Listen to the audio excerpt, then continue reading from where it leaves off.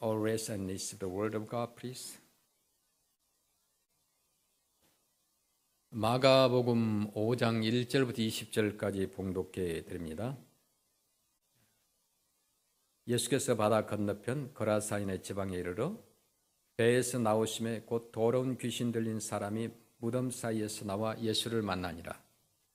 그 사람은 무덤 사이에 거처하는데 이제는 아무도 그를 쇠사슬로도 맬 수 없게 되었으니 이는 여러 번 고랑과 쇠사슬에 메었어도 쇠사슬을 끊고 고랑을 깨뜨렸음이로라.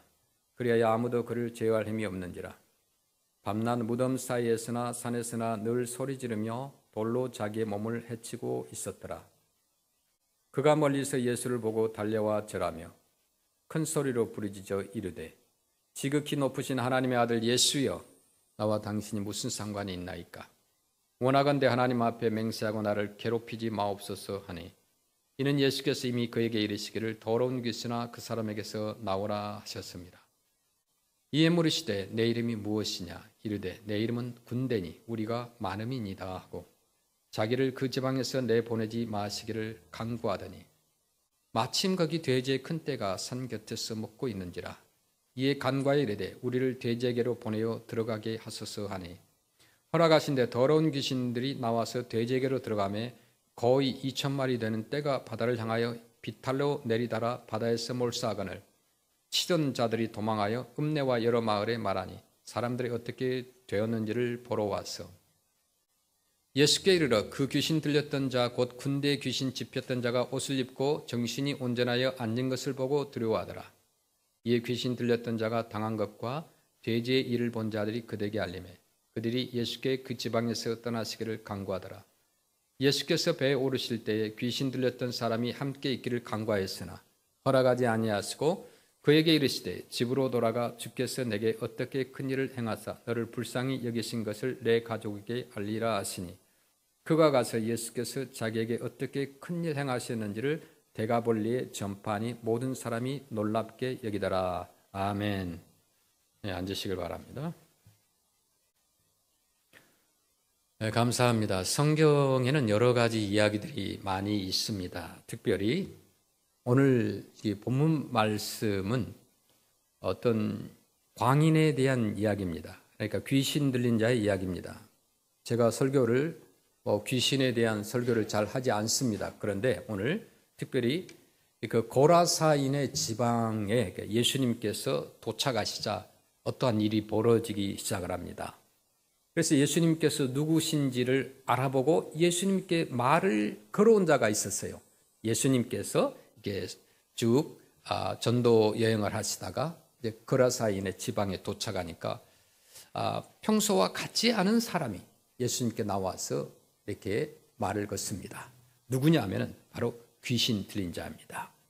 그런데 이 사람이 귀신에게 얼마나 강하게 붙들렸든지 여러 번 고랑과 쇠사슬에 메었어도 쇠사슬을 끊고 그 고랑을 깨뜨려서 아무도 그를 제어할 힘이 없어서 또 밤낮 무덤 사이에서나 산에서나 소리를 지르고 돌로 자기의 몸을 해치고 있었습니다. 여러분은 귀신에게 강하게 사로잡혀 있는 사람을 만나본 적이 있으세요? 본 적이 있으세요? 어떤 사람은 귀신의 존재를 인정하지 않는 사람이 있어요. 그러나 귀신은 존재합니다. 그러나 무서워할 것 아무것도 없어요. 귀신은 아무것도 안 해요. 예수 그리스도의 그 능력이 워낙 강하고 또 어떤 게임이 되질 않아요. 그래서 예수의 이름으로 물리칠 수 있습니다. 그래서 귀신 들린 사람을 저는 가끔 봅니다. 집에서 교회를 올 때에 두 종류의 귀신 들린 사람을 늘 만납니다. 어떤 사람이 한 분은 늘 웃고만 다닙니다. 허허허 하면서 웃고만 다녀요. 비가 오나 날씨가 추우나 더우나 상관없이 웃고만 다녀요. 계속 웃고 다니면서 노래만 부릅니다. 어떤 사람은 계속 소리 지르고 울고만 다닙니다. 두 종류의 귀신 들린 사람들이 우리 주변에 왔다 갔다 하는 그런 모습을 볼 수가 있습니다. 참 불쌍하죠. 가끔 이렇게 음식도 주고 그런데 별로 반응이 없어요. 그래서 귀신 들린 사람들의 특징이죠. 본문에 보니까 성경에도 보니까 귀신 들린 자에 대해서 많은 말씀을 합니다. 과연 귀신 들린 자는 오늘날 누구를 지칭하느냐 이거예요. 그럼 본문에서 말씀하는 귀신 들린 자는 진짜 귀신 들린 자였습니다. 그런데 오늘을 살아가는 저와 여러분들에게 있어서 이 말씀이 비유하는 게 어떤 의미를 주느냐 이거죠. 또 귀신 들린 자라는 말은 이렇게 표현할 수 있어요. 오늘날 비그리스도입니다. 이렇게 표현할 수도 있어요. 크리스찬이 아닌 사람들은 받아들이기 거부할지 몰라도 자, 오늘 제가 왜 그런지를 설명해 드리겠습니다. 예수 그리스도를 영접하지 않은 사람들은 모두 다 어떤 귀신의 영향력 아래에 있다는 거예요. 이 말은 제 말이 아니에요. 성경이 그렇게 말씀하고 있어요. 성경은 저와 여러분이 구원받기 이전에 예수님을 만나기 전에는 마귀에게 종노릇 하던 자였다고 말씀합니다. 자, 성경을 보시겠습니다. 요한복음 8장 44절 보시겠습니다. 여러분 스크린을 보시고 천천히 한번 이렇게 마음속으로 따라서 읽어보시길 바랍니다. 너희는 너희 아비 마귀에게서 났으니 너희 아비의 욕심대로 너희도 행하고자 하느니라. 그는 처음부터 살인한 자요 진리가 그 속에 없으므로 진리에 서지 못하고 거짓을 말할 때마다 제 것으로 말하나니 이는 그가 거짓 말일쟁이요 거짓의 아비가 되었습니다. 아멘. 이게 마귀에게 종노릇 하던 자라는 것이 무슨 의미냐 이거예요. 마귀의 손에 완전히 붙잡혀 살았다는 거예요. 에베소서 2장 1절 말씀부터 다시 보겠습니다. 그는 허물과 죄로 죽었던 너희를 살리셨도다. 그때의 너희는 그 가운데서 행하여 이 세상 풍조를 따르고 공중의 권세 잡은 자를 따랐으니 곧 지금 불순종의 아들들 가운데서 역사하는 영이라. 전에는 우리도 다 그 가운데서 우리 육체의 욕심을 따라 지내며 육체와 마음에 원하는 것을 하여 다른 이들과 같이 본질상 진노의 자녀이었더니 라고 말씀합니다. 이 공중의 권세를 잡은 자를 따랐다는 그 말이 무슨 말인가? 그것은 사단 마귀의 영향 아래서 살았다는 거예요. 그렇습니다. 우리가 겉으로 보기에는 세상 사람들이 멀쩡해 보여. 보통 사람들이에요. 그러나 영적으로는 귀신에게 사로잡혀서 각종 문제로 인한 두려움과 사망과 심판과 지옥의 쇠사슬에 꽁꽁 묶인 채로 살아가고 있다는 거예요. 왜 군대 귀신에게 사로잡혔던 자가 바로 비신자들이라고 깨달을 것을 말씀드리겠습니다. 왜 그런가? 단순히 비신자가 영적으로 귀신에게 종노릇 하고 있다는 사실을 말씀드리기 위한 것이 아니에요. 우리가 이런 사실을 모르면 세상 사람들을 불쌍히 여기지도 않고 그들을 구원해 줄 생각을 하지 않기 때문에 그렇습니다. 자, 세상 사람들이 귀신에게 붙잡혀서 영적으로 크게 고통을 당하고 있는 불쌍한 자들이라는 것을 알지 못하면 그들에게 전도하지 못하고 사랑을 주지 못합니다. 오늘날 많은 교회가 갈수록 침체되어 가는 이유 중에 가장 큰 이유는 뭐냐? 예수님의 사랑을 전하는 이 복음을 전하는 전도하지 않는 것 때문이라는 거죠. 그리고 전도하지 않는 이유는 비신자들이 영적으로 볼 때 얼마나 불쌍한 사람들인지 모르기 때문에 그렇습니다. 그래서 교회가 어떤 수단 방법을 가리지 않고 예수님을 믿지 않는 사람들에게 사랑을 나눠주고 도와주고 함께 해주고 위로해주고 그들을 초청하여 예수님을 믿게 해야 되는 것이 교회의 사명이라는 거죠. 그 세상 사람들을 바라보는 우리의 눈이 달라져야 된다는 거죠. 어떤 사람은 저들도 잘 살고 있는데 잘 살고 있는 것이 문제가 아니라는 거예요. 육안으로만 세상 사람을 보지 말고 영적인 눈으로 보라는 거죠. 초대교회가 로마 황제의 무서운 핍박을 견딜 수 있었던 것은 뭐냐? 바로 이런 눈을 가지고 있었기 때문입니다. 육안으로만 보면 로마 황제와 가족들이 크리스찬들보다 훨씬 행복해 보였어요. 그러니까 생각해 보세요. 2000여 년 전에도 로마 황제와 귀족들이 얼마나 잘 살았느냐 하면 여러분보다 절 잘 살았어요. 여러분 우유로 목욕을 해본 적 있으세요? 생각해 보세요. 2000여 년 전에 로마의 황제와 귀족들이 얼마나 부자였는지 여자들이 우유로 목욕을 했습니다. 그렇게 호화로운 삶을 살았어요. 그러나 초대교회 성도들은 자신을 박해하는 로마 황제와 군인들을 불쌍한 사람이라고 생각하고 그들에게 복음을 전했던 거예요. 귀신 들린 자가 예수님께 달려와서 절을 하며 이렇게 말하죠. 마가복음 5장 7절에 지금 귀신 들린 자가 예수님께 나와서 이렇게 얘기하는 거예요. 큰 소리로 부르짖어 이르되 지극히 높으신 하나님의 아들 예수여, 나와 당신이 무슨 상관이 있나이까? 원하건대 하나님 앞에 맹세하고 나를 괴롭히지 마옵소서 하니. 자, 우리는 귀신이 예수님을 만나서 한 말을 자세히 살펴볼 필요가 있습니다. 왜냐하면 귀신 들린 자가 주님을 대하는 태도와 우리가 주님을 대하는 태도가 비슷한 점이 많이 있다는 거예요. 사람들은 예수님께서 누구신지를 몰라요. 크리스찬이 아닌 사람은 예수님 누구신지 몰라요. 들어보기는 했었어요. 미국에 사는 사람들 다. 심지어 예수님을 그토록 가까이서 따라서 다녔던 제자들도 몰랐습니다. 그런데 귀신 들린 자는 예수님이 누구신지를 정확히 알고 있었다는 거예요. 이게 놀라운 일이죠. 뭐라고 했어요? 지극히 높으신 하나님의 아들이라고 그랬습니다. 어떻게 귀신 들린 자가 예수님께서 누구신지를 알 수가 있었을까요? 의아해하잖아요. 그것은 그가 귀신의 인격을 공유하고 있었기 때문입니다. 즉 귀신이 예수님을 하나님의 아들로 알기 때문에 귀신 들린 자 역시 예수님이 하나님의 아들임을 알 수가 있다는 거예요. 마가복음 5장 2절에 귀신 들린 사람, 즉 광인, 미친 사람을 얘기합니다. 마가복음 4장 35절부터 41절에서 예수님께서는 엄청난 그 광풍을 잠잠케 하시고 제자들의 믿음 없음을 지적하셨죠. 마가복음 5장으로 넘어오니까 이제 거기에 어떻게 돼요? 귀신 들린 사람이 나옵니다. 미친 사람이라는 거예요. 기독교적인 용어로서 귀신 들린 사람이라고 얘기합니다. 광인이라고 그러죠. 한마디로 극단적인 형태의 사람이라고 말할 수 있습니다. 그런데 이것을 단순하게 어떤 이분법적으로 우리는 정상이고 저 사람이 귀신 들린 사람이다 이렇게만 얘기한다고 한다면 우리에게 큰 의미가 없는 말씀이 된다고 생각합니다. 마귀의 힘에 의해서 우리가 시험당하기도 하고 끌려다니기도 한다고 얘기를 하면 막상 여기에 나오는 사람이 우리하고 전혀 관계없는 사람이 아니고 바로 내 자신일 수도 있다는 생각을 가질 수가 있습니다. 자, 귀신 들린 것은 우리의 의지로 해결할 수가 없어요. 우리 주변에 있는 사람을 보십시오. 여러분 주변에 있는 사람들을 보십시오. 제정신인 것 같은데 제정신이 아니에요. 자기 힘이 아닌 또 다른 힘에 의해서 이끌려가고 있는 사람이 많습니다. 많은 사람들이 스트레스와 노이로제에 빠져 있습니다. 우리가 주변의 사람들, 지나가는 사람들 얼굴을 쳐다보면 그냥 멀쩡해 보입니다. 그러나 깊게 그 사람들을 만나서 상담을 해보면 저는 정신과 의사가 아니어서 정확히 잘 모르겠지만 그들에게 병들어 있다는 것을 느낄 수가 있습니다. 많은 사람을 만납니다. 비지테이션을 하면서 만나기도 하고 길거리 홈레스들도 만납니다. 가게에서도 만납니다.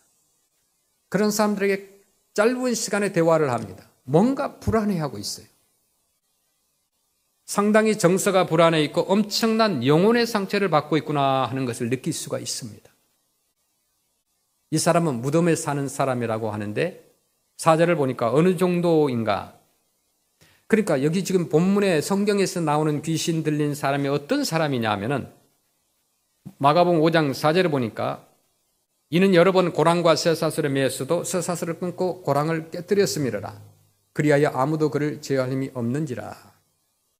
문자 그대로 이해할 수 있지만 한 사람 한 사람을 보면 하나님 말씀으로 권면하고 주변에서 권면하더라도 계속해서 쇠사슬 같은 제약을 끊고 더 나아가서 엉뚱한 일을 하는 사람도 있다는 거예요. 여러분 술을 좋아하는 사람들, 그 술 중독자들을 많이 만나 보았습니다. 제 주변에도 있었으니까요. 술을 자기 자신이 끊기가 힘들어요. 평소에는 조용하고 힘이 없어서 술만 마시면 힘이 넘쳐나는 사람들이 있어요. 술의 힘에 의해서 이끌려갑니다. 그러다 완전히 알코올 중독에 빠지게 됩니다. 헤어나지는 못해요. 마약에 빠진 사람도 똑같아요. 이렇게 또 다른 힘, 죄악의 힘에 의해서 이끌려가는 사람을 보면 특징이 있다는 거예요. 술이든 마약이든. 그 사람들의 특징이 뭐냐면 전부 다 자기 학대적이고 자기 파괴적입니다. 그들도 다 알아요.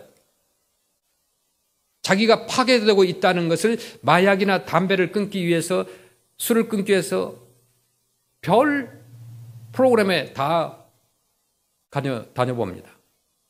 그러나 소용이 없어요. 전에 한국에서 담배를 너무 많이 피우니까 교회에서 담배를 피워가지고 폐병에 걸려서 죽은 사람들의 그 폐 사진을 영상으로 만들어가지고 PPT를 해가지고 교회에서 보여준 적이 있습니다. 담배 피는 사람들만 다 오라고 하면 시험 되니까 다 오라고 그랬어요. 안 핀 사람도 다 모이라고 그랬어요. 그 가운데 담배 핀 사람들이 많이 있었습니다. 어떻게 되었느냐? 사진을 보여주니까 엉망이죠. 근데 효과가 있었을까요? 없었어요. 인간의 의지를 너무 믿기 때문에 이런 어떤 영상 하나를 사진을 보여주면 그 사람이 끊겠지라고 생각합니다. 가끔가다 그럴 수도 있어요. 그러나 대부분은 그렇지 못해요. 성공할 수가 없었습니다. 왜냐하면 담배나 술이나 마약이나 게임블링을 끊기 위해서는 자기 힘으로 될 수가 없고 어떤 영적인 힘이 필요해요. 사람들이 몰라서 마약을 하는 것이 아니에요. 다 압니다. 그 마약을 하면 내가 망한다는 걸 압니다. 내가 파괴된다는 것도 알고 내가 설 수 없다는 것도 압니다. 게임블링, 마약, 술, 담배 다 나쁘다는 걸 알아요. 우리 인간에게 쾌락도 마찬가지예요. 그렇습니다. 모르는 것이 아니라 알아요. 그런데 그것을 끊고자 하는데도 안 되는 거예요. 왜냐? 내 힘이 아니라 내가 감당할 수 없는 힘, 쇠사슬로도 묶을 수 없는 어떤 힘이 나를 끌고 가고 있다는 거예요. 그래서 사도 바울도 로마서 7장에서 비슷한 얘기를 합니다.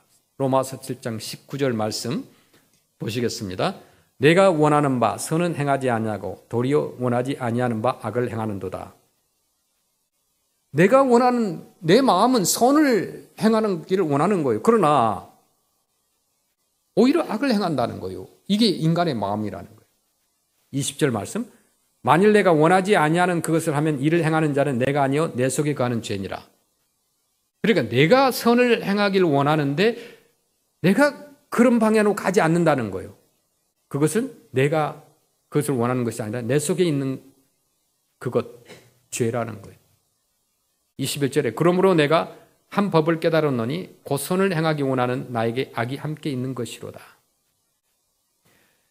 내 속사람으로는 하나님의 법을 즐거워하되 로마서 7장 23절에 내 지체 속에서 한 다른 법이 내 마음의 법과 싸워 내 지체 속에 있는 죄와 법으로 나를 사로잡는 것을 보는도다.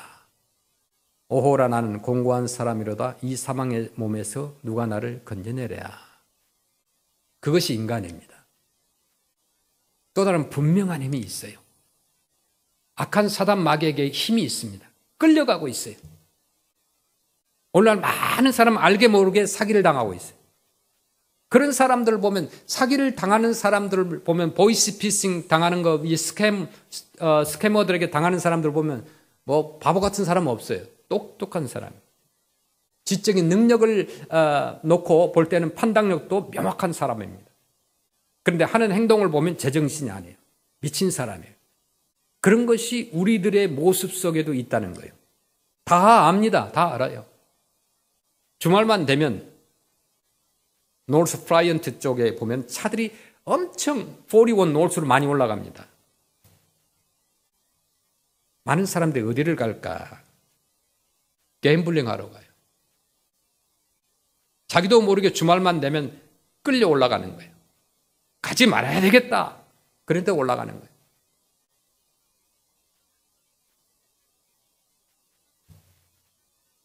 우리 학생들 가운데도 그런 곳에 가서 일을 하는 친구들이 있어요. 참 불쌍해요. 돈을 아무리 많이 준다고 해도 게임블링 하는데 그런 데 가서 일을 하는 거예요. 하지 말라고 그랬어요. 돈이 중요하지 않다. 너 영혼이 파괴된다. 거기 유혹에 넘어갈 수 있다. 우리가 준비해야 될 것도 알고 기도해야 될 것도 다 합니다. 그런데 실제로 보면 기도는 하지 않고 우리는 다 이런 어떤 미친 의식을 가지고 살아가고 있다는 거예요. 사람들이. 왜 그렇습니까? 악한 마귀가 우리를 얼고 매고 있기 때문이라는 거예요. 악한 마귀가 우리를 끌고 가고 있어요. 우리는 포로같이 끌려가고 있다는 거예요. 그것이 내 자신일 수도 있고 우리 주변에 많은 사람일 수도 있습니다. 그러면 이런 광인 같은 미친 삶을 어떻게 정상적인 삶으로 바꿀 수가 있느냐 이거예요. 광인의 삶이 어떻게 바뀔 수 있느냐? 첫째는 예수님을 만나야 돼요. 우리가 복음을 증거하면서 그들을 건져내야 돼요. 해결 방법이 무엇입니까? 예수님을 만나면 해결돼요. 우리는 이것을 알아야 돼요. 아무리 폐가 상한 사진을 보여주고 마약하는 사람들의 처참함을 영상으로 보여주고 뭐 그래 봐야 별로 설득력이 없어요. 물론 그런 것도 필요하겠지만 근본적인 문제는 뭐냐? 영적인 문제라는 거예요. 예수님을 만나기 전에는 해결될 수가 없어요. 여러분의 가문 가운데서 이런 광인들이 있을 수 있습니다. 여러분의 패밀리 가운데서 있을 수 있어요. 여러분 주변 사람들 가운데서도 날마다 술만 마시는 사람이 있어요.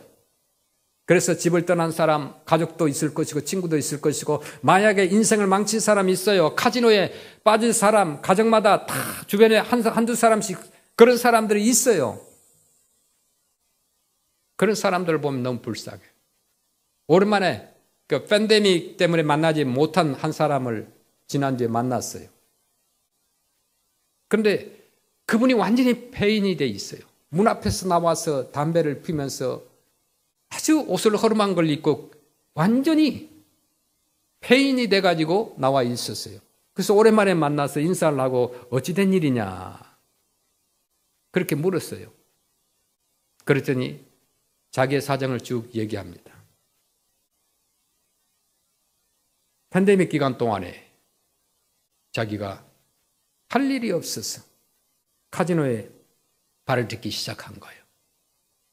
거기에 빠진 거예요. 차도 팔았습니다. 뭐 보조금도 다 날렸습니다. 처참한 삶의 모습이었어요. 더 이상 살 가망이 없다 그런 마음으로 저를 쳐다봅니다. 기도해줬지만은 그들을 사고로 잡고 있는 그런 사단 마귀에서 벗어날 수 있는 길이 무엇일까? 예수님을 믿어야 되는 거죠. 그래서 그분에게 그랬어요. 예수님만이 오직 당신을 살릴 수 있는 방법이다. 길이다. 마귀의 힘에 의해서 이끌려 간다고 한다면 엉뚱하게 변화될 수 있어요. 우리가 마찬가지예요. 끊을 수 있는 방법은 그 모든 나쁜 것을 끊을 수 있는 방법은 예수님밖에 없다는 거예요. 파도와 광풍을 잠재우신 예수님께서 오늘 본문을 보니까 광인의 모습도 잠재우시고 마귀의 능력을 다 물리치시고 승리하는 모습을 볼 수 있습니다. 예수님께서 이 땅에 오신 이유가 뭘까요? 인자의 오심은 섬김을 받으러 온 것이 아니라 섬기러 왔다라고 말씀합니다. 그리고 누가복음 19장에 보시면 이제 삭개오가 등장합니다. 예수님께서 이제 여리고를 지나가시면서 이제 삭개오를 부르십니다. 누가복음 19장 1절부터 보시면 예수님께서 여리고로 들어가 지나가시더라. 그러니까 여리고라는 지방으로 이제 가시는 거예요. 그때 삭개오라 이름하는 자가 있으니 세리장이요 또한 부자라. 한 사람을 만나게 되는데 삭개오라는 사람인데 그 사람의 직업이 세무서장이에요. 오늘날 말하면. 그리고 굉장히 부자였어요. 굉장히 연관이 되죠. 옛날에는 이제 세금을 거두는 사람들이 일부는 로마에다 주고 일부는 자기가 취했습니다. 그래서 많이 부자였어요. 그런 사람이었고요. 자, 19장 3절에 그가 예수께서 어떠한 사람인가 하여 보고자 하되 키가 작고 사람이 많아 할 수 없어. 예수님께서 지나가시는 것을 소식을 들었습니다. 그래서 예수님 어떤 사람인가. 그래서 보고 싶었는데 사람들 사이에 이렇게 있으면 키가 작으니까 안 보이잖아요. 그래서 19장 4절에 앞으로 달려가서 보기 위하여 돌 무화과 나무에 올라가니 이는 예수님께서 그리로 지나가시게 되밀어라. 키가 작으니까 안 되니까 달려 나와서 앞으로 나와서 돌 무화과 나무 위에 나무로 올라가서 예수님께서 그리 지나가신 것을 보기 위해서 올라간 거예요. 그래서 5절에 예수께서 그곳에 이르사 쳐다보시고 이르시되 삭개오야 속히 내려오라. 내가 오늘 내 집에 유하여야 하겠다. 마침 예수님께 찜을 당한 거죠. 그 나무 위에 올라간 삭개오를 예수님께서 보시고 내려오라고 그랬어요. 너네 집에 거하겠다 오늘. 그래서 19장 6절에 급히 내려와 즐거워하며 영접하거늘. 7절에 무사람이 보고 수군거려 이르되 저가 죄인의 집에 유하러 들어갔도다 하더라. 삭개오가 서서 주께 여짜오되 주여 보시옵소서 내 소유의 절반을 가난한 자들에게 주겠사오며 만일 누구의 것을 속여 빼앗은 일이 있으면 내 갑절이나 갚겠나이다. 예수께서 이르시되 오늘 구원이 이 집에 이르렀으니 이 사람도 아브라함의 자손이미로다. 인자가 온 것은 잃어버린 자를 찾아 구원하려 함이니라. 자, 예수님께서 오신 목적은 한 가지 목적이에요. 그것은 뭐냐면 잃어버린 자를 찾아 구원하려 함이라고 그랬어요. 예수님을 만나야 구원이 있습니다. 우리도 마찬가지예요. 정상적인 사람들을 온전하게 양육하는 것도 중요하겠지만 오늘 우리 주변에 이 사회에 이러한 어려움을 당하고 있는 악한 마귀에게 끌려가는 사람들에게 관심을 가지는 것이 필요합니다. 그것이 교회의 역할이고 크리스찬들의 역할이라는 거죠. 쇠사슬과 죄의 쇠사슬을 끊을 수 있는 것은 그 길은 뭐냐면 예수님밖에 없다는 거죠. 예수님을 증거해야 돼요. 예수님을 만나면 변화될 수가 있다는 거예요. 오래전에 교회를 다니다가 안 다닐 수도 있어요. 그러니까 예수님을 만나야 내 삶이 바뀌는 거예요. 미친 삶을 어떻게 정상적인 삶으로 바꿀 수 있느냐. 두 번째는 주님의 말씀 안에 있으면 되는 거예요. 본문에 나온 사람이 어떤 사람이었느냐. 물론 미친 사람이니까 가출한 사람이죠.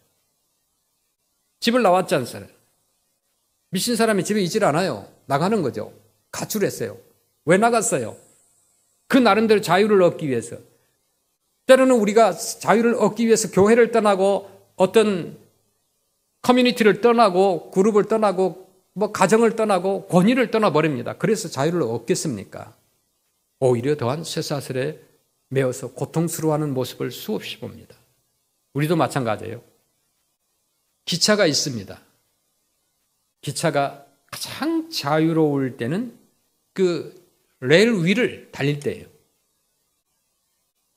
철로는 제한이 아니라 우리에게 자유를 주는 거예요. 기차에게 있어서 그 레일은 자유예요. 그 레일 위를 달릴 때만이 자유예요. 그것을 벗어나게 되면 어떻게 돼요? 큰 사고죠. 탈선이라고 그러죠. 그 탈선은 오히려 우리에게 자유가 아니라 우리를 무너지게 만듭니다. 하나님께서 이 땅에서 가장 안전하게 가장 빠르게 가장 100% 능력을 활용하면서 달릴 수 있는 길을 주셨습니다. 그것이 뭐냐면 말씀이라는 철로라는 거예요. 말씀 위를 달리라는 거예요. 계속 말씀 위를 달려야 되는 거예요. 매일마다 기도하면서 말씀을 듣는 이유가 무엇일까요? 오늘 하루 달려야 할 철로를 놓는 것입니다. 그 말씀의 레일, 그리고 그 말씀 위를 달면 승리하는 삶이 된다는 거죠. 사무엘 상하, 열왕기 상하에 나오는 역대 왕들의 내용을 보면은 어떤 왕이 되라는 것입니까? 하나님의 말씀을 떠나지 말라는 거예요. 이스라엘 백성들에게 왕이 해야 될 역할이 무엇일까요? 말씀의 철로를 놓고 이스라엘 백성이 그 위를 달리게 만드는 것이 왕의 사명입니다. 거기에 나오는 왕이 누구입니까? 우리식으로 이야기하자면 리더입니다. 리더의 사명이 그것이라는 거예요. 그러니까 말씀의 철로 위를 달리게 만드는 종들이 되라. 그러면 승리할 수가 있습니다. 그래, 하나님과 함께하는 자유가 진정한 자유라는 것을 깨닫고 주님께 순종하는 그런 우리 성도들이 되시길 바랍니다. 악한 마귀에 의해서 끌려다니는 사람들, 내 안에 있는 미친 요소를 끊어버려야 돼요. 그러기 위해서 어떻게 해야 되냐? 예수님을 만나야 돼요. 그러면 해결될 수 있어요. 우리 주변의 환경뿐만 아니라 내 속사람까지도 정상적으로 만드시는 그 예수님을 진심으로 만나야 되는 거죠. 지금은 굉장히 어려운 상황이에요. 환경도 어떤 미친 광풍이 불고 있습니다. 그러나 우리가 환경에만 초점을 맞출 것이 아니라 한번 여러분 주위의 사람들을 보십시오. 우리 속에 어떤 미친 요소들이 많이 있다는 것을 볼 수 있어요.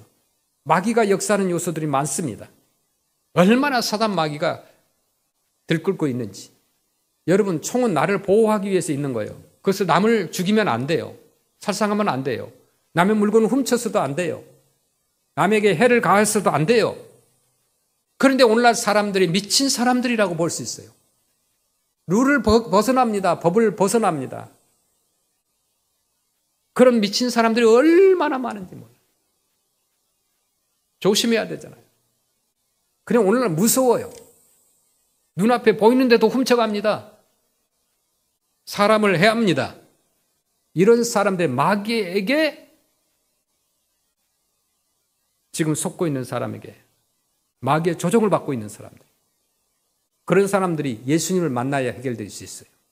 예수님을 만나야 우리 가정에 진정한 샬롬의 평화가 임하게 되고 교회 가운데도 진정한 샬롬이 임하게 되고 예수님과 함께 샬롬을 이루는 믿음의 사람이 될 수 있어요. 그래서 미친 삶을 어떻게 정상적인 삶으로 바꿀 수가 있느냐, 마지막으로 우리가 그 영혼들에게 관심을 가지면 돼요. 마태복음 5장 13절 말씀해 보니까 돼지 2,000마리가 죽었다고 그랬어요. 어떤 신학자들은 이렇게 얘기합니다. 예수님께서 이렇게 하신 이유가 무엇인가? 예수님께서 귀신을 내쫓으면서 돼지 2,000마리를 몰살시킨 이유가 무엇인가? 당시에 사회 심판을 하신 것이라는 거죠. 어려움을 당하고 있는, 고통당하는, 영혼에는 관심이 없는 그 사회를 심판하시는 것입니다. 의미가 있다고 생각을 합니다. 잃어버린 영혼에 대한 관심을 없고 재산에 대한 관심, 밤낮 물질에 대한 관심, 그런 것에 관심만 갖고 있다는 거예요. 우리가 예전에 건물을 빌려서 예배 드릴 때는 작더라도 우리 소유의 예배 공간이 있었으면 하는 바람으로 기도해 왔습니다. 그래서 마침내 하나님께서 우리에게 교회당을 주셨어요. 기적적으로 허락하셨어요.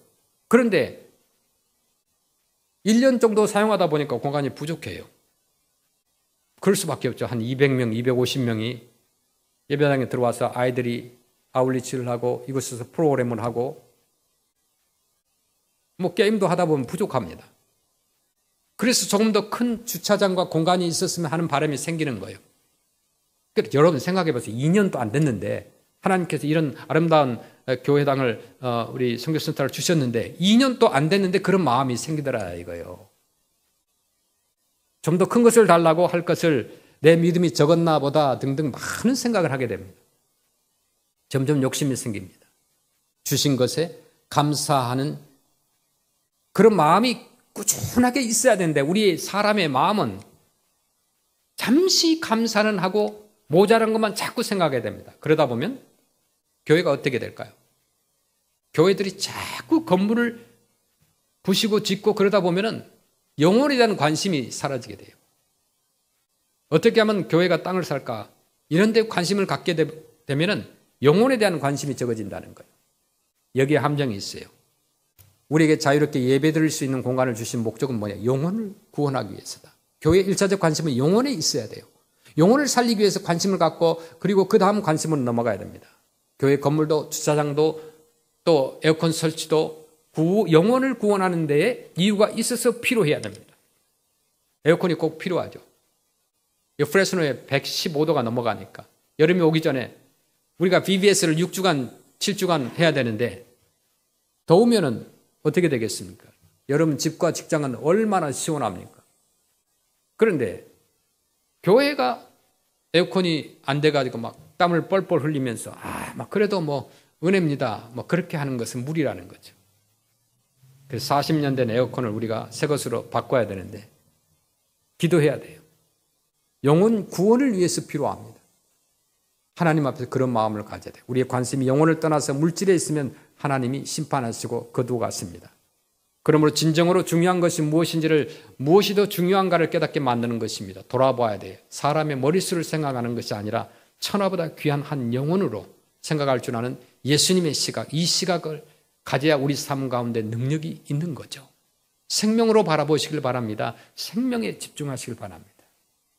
우리 모두가 힘을 다 기울여서 우리가 주변의 사람들을 돌아보고 어려움 당한 사람을 돌아보고 돌보는 그런 사역들, 세워주는 사역, 위로하는 사역, 말씀으로 열매 맺게 만드는 사역을 해야 되는 거예요.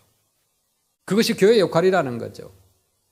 지난주에 우리가 금요일마다 푸드를 나눠주잖아요. 근데 가끔 하나님께서 놀랍고 아주 특별한 것을 주십니다. 그래서 이제 사람들에게 연락하지 않아도 스스로 들어옵니다. 그런데 지난주에는 이 겨울에 수박이 나옵니까? 근데 작은 수박들 있잖아요. 그 수박을 한 팔레트를 받아왔어요. 물론 다른 것도 많았었죠. 그래서 사람들이 얼마나 좋아하는지 몰라요. 그날따라 연락 안 해도 사람들이 왔어요. 자기들끼리 연락해가지고 오는 거예요. 그런 일들을 교회가 해야 되는 거예요. 나눠주고 도와주고 위로해주고 이런 일들을 교회가 해야 돼요. 왜냐? 영혼이 중요하기 때문에 그래요. 나의